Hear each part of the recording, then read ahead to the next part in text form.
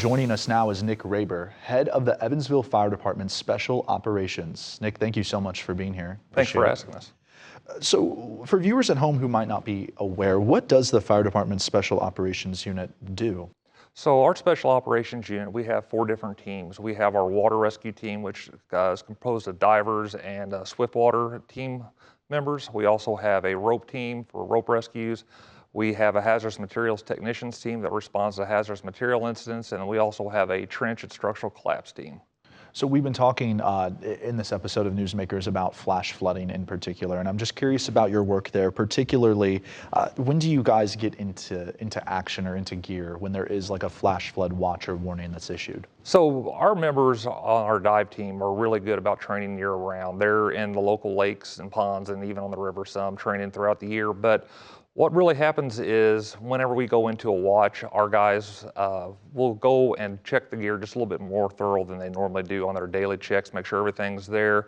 Run the equipment, again, even though it might have already been ran earlier that week, they'll run it again, make sure everything's ready to go just in case we do get that call. So then when a warning gets issued, let's say over the city, there's a flash flood warning or a flash flood emergency, do you all get on high alert or what are the next steps for you and your team? So a lot of times we already know where the troubled areas are in Evansville that we respond to on a regular basis. But when we go into a warning or we really start getting a heavy downfall of rain, we'll go ahead and get the gear and we'll stick it next to the fire trucks or the trucks that they're going to be responding to, because it's possible they'd be out on another run, a medic run, a house fire, and then get dispatched for a water rescue. And so that way they've already got the gear with them and they can just respond from that incident to another one instead of having to come back. Time and time again, when we get these flash flood warnings, you might be gone from the station for a couple of hours just making runs back and forth between wires down, vehicles stuck in water, and so on. You mentioned some of these problem areas in the city. When it comes to flash flooding, where in Evansville are some of those troubled spots? So it all depends a lot of times on how much rain we've had in the past couple of days, how hard it's raining at the time. But normally our viaducts are our biggest one. The Raber Parkway, it has a tendency to flood down there, and then the Virginia Street Viaduct.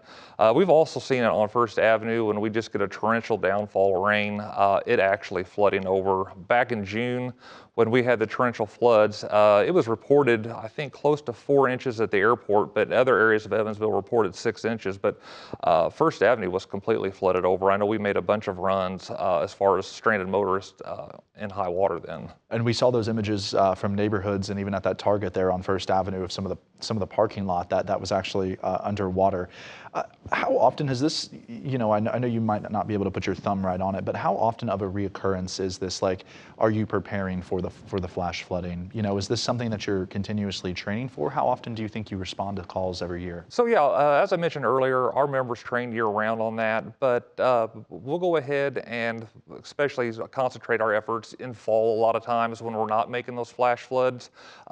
Training on using the equipment again. That way we stay focused on our skills year in and year out on it. But it seems about normally 70% of our runs that we make as far as water rescues are vehicles in high water. And a lot of times what we're running into is people will ignore the barricades. They'll think that they can just drive through it as long as they go in the center. And a lot of people don't realize all it takes is a foot of water to float a small car and up to 18 inches of water to float a bigger truck like a pickup truck or a high profile SUV. Are you ever responding out in the river bottoms, Union Township? Do you ever make your way out there? I'm thinking of Old Henderson Road, which often floods when the river gets up. So that's actually covered by Perry Township Fire Department, and we have a good mutual aid agreement with them. We work well with them. If they would call us, we'd be more than happy to help respond down there, but normally they take care of it. But you do get a lot of people, as I stated earlier, they'll drive around the barricades and then they drive into the high waters. And especially if you do that in the city of Evansville, you're not realizing that when you're driving through the high water, there's a good chance of sewage that's actually in that water because all the sewers are so far backed up that it's actually flowing water back out on the streets. So if you have to get out, you might be walking through raw sewage actually to get out of your vehicle. And a lot of people don't realize too, when we get a high occurrence of rain, that manhole covers will pop off. So if you're walking out there or you're requiring us to walk in to get you, there's a chance that there's a missing manhole cover and you could end up falling straight in and into the sewer system. which presents its own challenges, walking through raw sewage or stepping into an unsealed manhole cover. I'm curious too, Nick, you know, if a flash flood warning is issued, you mentioned rescuing people, you know, often from their vehicles. Are there any other things, any other calls that you see often besides rescuing people from their vehicles? Are you responding to, you know, homes to help with residents? You know, what are some of the other occasions? We have responded to that before, where people will tell us that maybe they've lost power and their basement's starting to fill up full of water. And so what we tell people is, if that's the case, just, if you can, safely leave your house, because if you have a basement that's filling up full of water and it gets to a certain level and gets to where the circuit breaker panel is at, the last thing you want to do is possibly take a chance of getting electrocuted or walking down into that basement to try to shut down the breaker panel yourself. And that's water and electricity, as we all know, don't ever mix. So it's just using good common sense. If your vehicle is parked out in the road and you know you live in a low-lying area and it's going to be a rainfall that's going to be pretty heavy, maybe pull your vehicle up into your driveway. That way you're not letting it sit out in the street and possibly get waterlogged. So what is your parting message, your advice for people if there is a flash flood warning in place? What's the best thing that they could do to be proactive? Like you just mentioned, maybe pulling your vehicle up in the driveway. What are some other things they could do? You know, if you have to, plan your route out.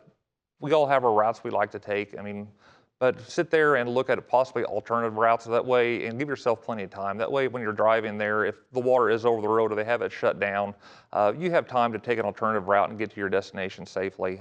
So many times, though, people will drive into it, and it creates, like we already talked about, you're exposing yourself to possibly walking through raw sewage, but then you could completely ruin your car, getting water into the engine. And then we have to take time away from making other emergencies in the city for preventable things, such as somebody that's drove off into high water. And a lot of times when we go out there, we end up tearing up some of our gear, which is over $1,000 for a dry suit. So again, it's a high occurrence of cost for us and to the city and the taxpayers to go out and do something that was completely preventable by turning around and not driving through high water. Nick Raber with the Evansville Fire Department, thanks so much for being here. Thank you for asking us.